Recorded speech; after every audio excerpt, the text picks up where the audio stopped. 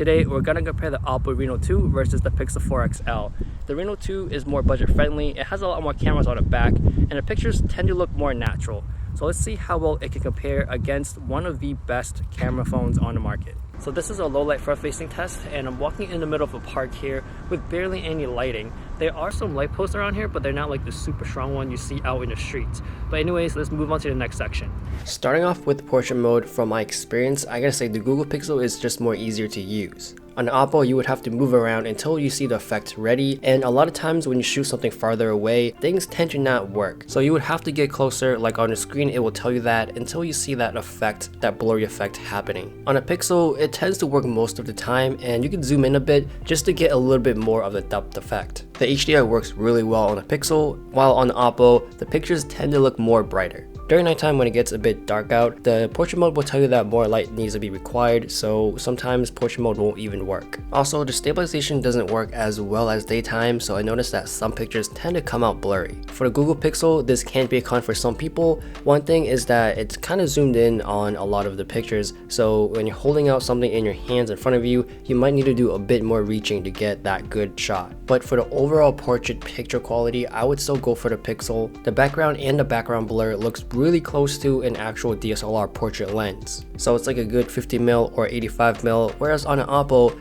things tend to look a little bit more wider. You can see a lot more in the background. Some people may like that, but for me, as a portrait picture, I do want that compressed portrait look. Now moving on to the everyday use. The Oppo does a better job just because it does have ultra wide mode, so you do get a lot more options. But the con here is that since you're switching lenses a lot, the colors may not be exactly the same. So since Google has less lenses and is more on the software end of things, the pictures tend to be more consistent, especially the HDR. When you're comparing these two phones, I do notice that the Oppo pictures seems to be brighter like I mentioned before. So if you're looking at the skin tones, it may look flat and it doesn't have as much saturation as the Pixel. When we zoom in up to 5x, surprisingly the Pixel looks really good. Even though they both have telephoto lenses, you can tell that the software side of things kicks in from the Pixel to add more sharpening and bring up the shadows. For the colors, like I said before in the beginning of the video, the Oppo tends to look more natural, so it's really close to the eye. Whereas on the Pixel, it does add a bit more contrast, the blacks are a bit more darker,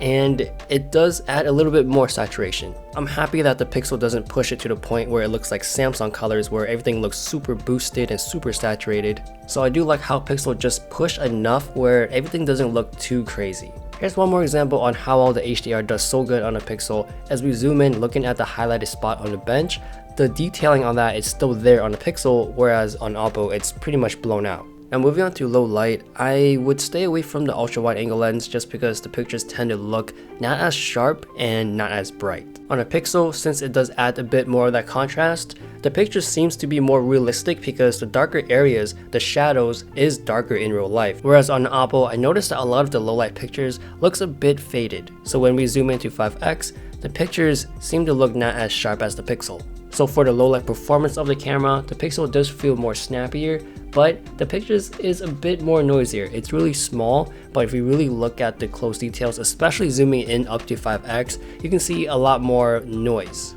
For night mode, they both work really well, to a point that you can tell that there's a difference. The Pixel night mode does tend to come out a bit brighter. Now it may look a bit digitized or processed to a point where you may not like it, or if it's just way too bright where it looks really unrealistic. One thing I noticed now is on the Oppo, when you take pictures of anything with a light source like light lamps and stuff, there are flaring on there, so that may destroy your pictures. So moving on to video, they both can go up to 4K 30, none of these can do 4K 60. For stabilization, I'm leaning towards the Pixel, even though it does have more of that digitized look to it. It could be jerky at times.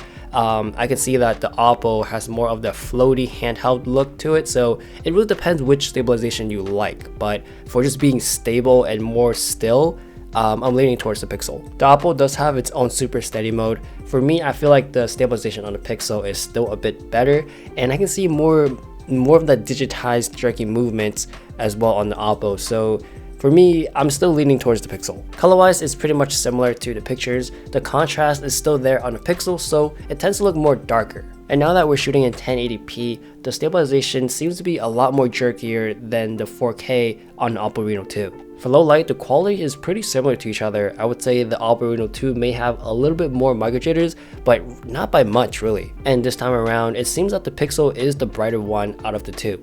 Moving down to 1080p, the micro jitters on an Oppo Reno 2 is much more worse, and it's also darker as well. So from these tests, it seems to me that I would just avoid shooting in 1080p on the Oppo Reno 2.